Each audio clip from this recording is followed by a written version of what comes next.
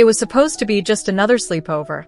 The kind of night where junk food reigns supreme, video games are played until your thumbs ache, and the only thing louder than the laughter is the sound of crunching chips. But this sleepover? This one would be different. This one would change everything. The four of us, Ethan, Jake, Ryan, and me, Alex, had been planning this for weeks. We'd all just finished our midterms, and the stress had been unbearable. Ethan's mom had agreed to let us have the house to ourselves for the night, which was a rare treat. She'd even stocked the pantry with all our favorite snacks. But it wasn't the chips or the soda that would make this night unforgettable. It was the candy. "Dude, check this out," Jake said, holding up a small, unmarked bag of colorful candies. They looked like gummies, but there was something off about them. The colors were too vibrant, almost glowing, and the shapes were strange. Tiny stars, moons, and hearts. My cousin brought these back from some weird little shop in the city. Said they're supposed to be like mood enhancers or something. Mood enhancers? Ryan raised an eyebrow, clearly skeptical. What does that even mean? I don't know, Jake admitted, shrugging. But he said they're safe. Just, like, make you feel good, or whatever. We should try them. Ethan, ever the cautious one, frowned. I don't know, man. Unmarked candy from some random shop. Sounds sketchy. Come on, Jake said, rolling his eyes. Live a little.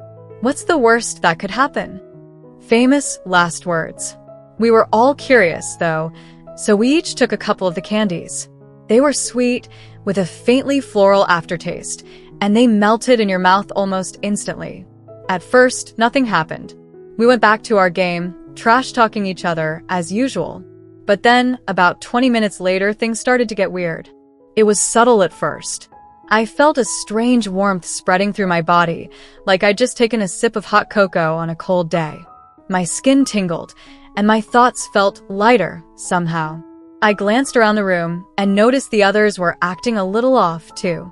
Ethan was giggling at something on his phone, which was unusual for him. Ryan was absent-mindedly twirling a strand of his hair, and Jake was humming softly to himself. Guys? I said, my voice sounding higher-pitched than usual. Do you feel different? Yeah, Ryan said, his voice also noticeably higher. He cleared his throat, trying to deepen it, but it didn't work. What the hell? Jake looked down at his hands, which were trembling slightly. I feel really weird. Like, really, really weird. Ethan stood up, wobbling a bit on his feet. I think I need to sit down, he said, his voice almost a squeak. He plopped back onto the couch, his face pale. What's happening to us? I didn't have an answer. All I knew was that something was very wrong, or maybe very right. My body felt different. Softer. My clothes, which had fit perfectly fine earlier, now felt loose and baggy. I reached up to touch my face and gasped. My jawline, which had always been sharp and angular, felt smoother, rounder. My hair, which had been cropped short, now brushed against my neck. What the hell is going on? I whispered, my voice trembling. Jake stood up and stumbled over to the mirror on the wall. He froze when he saw his reflection. Oh my God, he said, his voice barely above a whisper. Oh my God. The rest of us rushed over to join him, and what we saw made our jaws drop. We were different. Our faces were softer, our features more delicate. Our bodies had changed, too. Our shoulders were narrower, our hips wider. Even our clothes had shifted, the fabric now clinging to our new curves in ways that made us blush. This can't be real, Ryan said, his voice shaking. This has to be some kind of prank, right? Like a hidden camera or something. But it wasn't a prank. It was real. The candies had done something to us, something impossible. We weren't just feeling feminine. We were feminine. Okay, let's not freak out, Ethan said, though he sounded like he was on the verge of freaking out himself. We just need to figure this out. Maybe it's temporary. Maybe it'll wear off. And if it doesn't? Jake asked, his voice high and panicked. Then we'll deal with it, Ethan said firmly. But for now, let's just try to stay calm. Staying calm was easier said than done. Every time I moved, I was hyper-aware of my new body. My chest felt heavier, my hips swayed when I walked, and my voice, God, my voice. It was so high, so soft. I sounded like a completely different person. This is insane, Ryan muttered, pacing back and forth. Insane. There's no way this is real. There's no way. But it was real. And as the night went on, it became clear that the changes weren't going away. If anything, they were becoming more pronounced. My skin felt smoother, my hair longer. Even my thoughts felt different, more emotional, more girly. Okay, this is going to sound crazy, Jake said after a while, but what if we just lean into it? Lean into it? Ethan repeated, incredulous. What does that even mean? I don't know, Jake said, running a hand through his now longer hair. I mean, we're stuck like this, right? At least for now. So maybe we should just embrace it. You know, make the best of it. Make the best of it, Ryan said, his voice rising. We're girls, Jake. How are we supposed to make the best of that? I don't know, Jake said, throwing up his hands. But sitting here freaking out isn't helping. Maybe if we just go with it, it'll be less weird. I wasn't sure about Jake's logic, but I had to admit, he had a point. The more we fought against the changes, the more uncomfortable we felt. Maybe if we just accepted it, even temporarily, it would be easier to handle. Okay, I said slowly. Let's say we go along with it. What does that even look like? Jake grinned, a mischievous glint in his eye. Well, for starters, we could raid Ethan's sister's closet. Ethan's eyes widened. What? No way. My sister would kill me if she found out. Oh, come on, Jake said, rolling his eyes. She's away at college. She'll never know. And besides, don't you want to see what we'd look like in, actual girl clothes? Ethan hesitated, clearly torn. On one hand, the idea of wearing his sister's clothes was mortifying. On the other hand, well, we were already in this deep. What was a little cross-dressing compared to what we'd already been through? Fine, Ethan said finally, sighing. But if anyone finds out about this, I'm blaming you. Jake grinned. Deal. We made our way upstairs to Ethan's sister's room, our footsteps light and hesitant. It felt wrong, invading her space like this, but curiosity got the better of us. Her closet was a treasure trove of feminine clothing, dresses, skirts, blouses, and more. It was overwhelming, but also kind of exciting. Okay, Jake said, pulling out a cute floral dress. Who's going first? We all looked at each other, nervous, but also intrigued. Finally, I stepped forward. I'll go. The dress was a little tight. Ethan's sister was smaller than I was, even in my new form, but it fit well enough. I slipped it on, the fabric soft against my skin, and turned to face the mirror. The person staring back at me was unrecognizable. She was pretty, really pretty. I felt a strange mix of emotions, embarrassment, confusion, but also a kind of giddy excitement. Wow, Jake said, whistling. You look amazing. I blushed, feeling a strange warmth spread through me. Thanks, I said, my voice barely above a whisper. One by one, the others tried on different outfits, each transformation more surprising than the last. Ethan looked stunning in a sleek black dress, his new curves accentuated by the form-fitting fabric. Ryan opted for a more casual look, a cute top and a skirt, but even so, he looked undeniably feminine. And Jake, well, Jake went all out, choosing a frilly, pink dress that made him look like a princess. This is so weird, Ryan said, staring at his reflection. But kind of awesome? Yeah, Ethan agreed, though he still looked a little uncomfortable. It's different, but not in a bad way. As the night went on, we found ourselves getting more and more into it. We experimented with makeup, laughing as we tried to figure out how to apply eyeliner without poking our eyes out. We even tried on heels, though walking in them was a challenge. It was surreal but also fun. In a weird way, it felt like we were discovering a whole new side of ourselves. But as the hours passed, reality started to creep back in.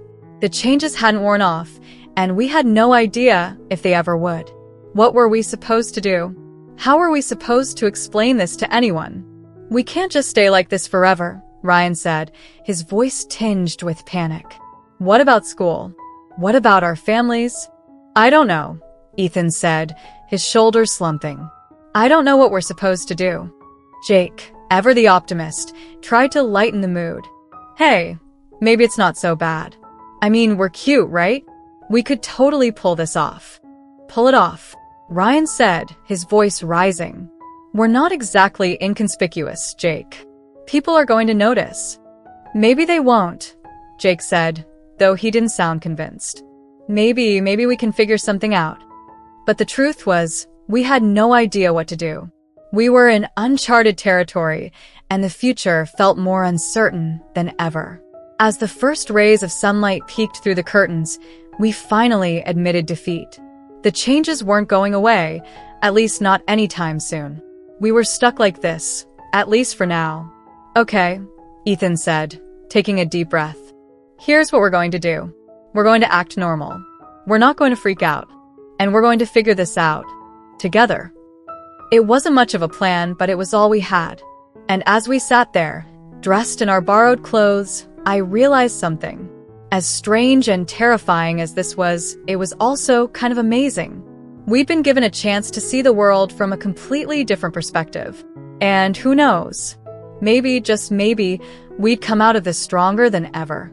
But for now, all we could do was wait and hope that, somehow, everything would be okay. As the morning light grew brighter, the reality of our situation began to sink in even deeper.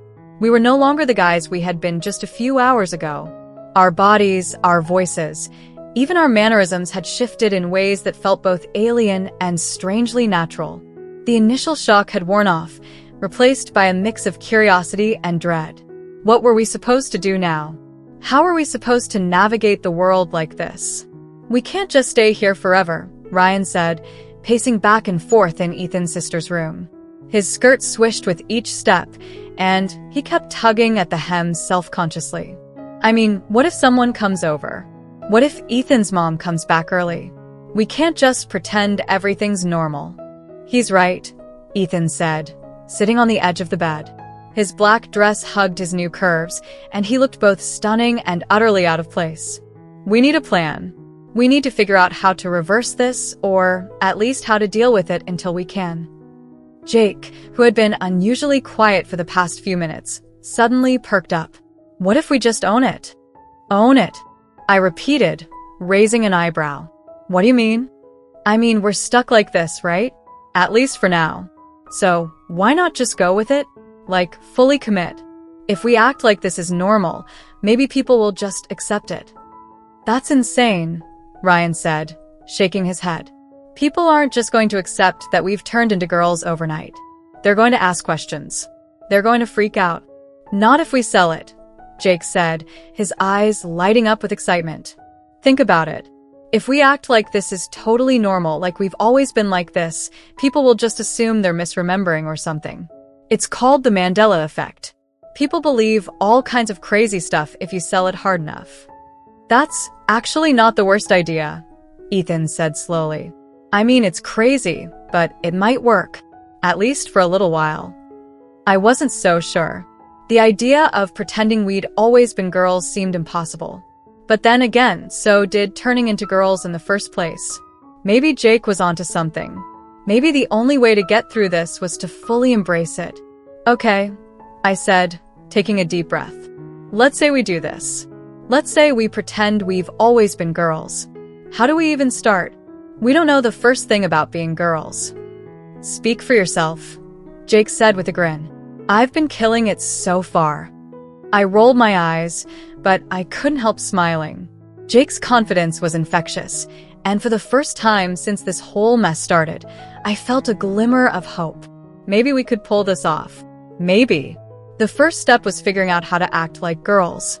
It wasn't just about the clothes or the makeup, it was about the way we moved, the way we talked, the way we interacted with each other. We spent the next few hours practicing, trying to get used to our new bodies and the way they moved. It was awkward at first, but slowly, we started to get the hang of it. Okay, watch this, Jake said, standing up and walking across the room. His hips swayed naturally, and he held himself with a kind of effortless grace that made the rest of us jealous. See? It's all in the hips. You've got to own it. Easy for you to say, Ryan muttered, trying to mimic Jake's walk. He looked more like a baby deer taking its first steps than a confident young woman. This is impossible.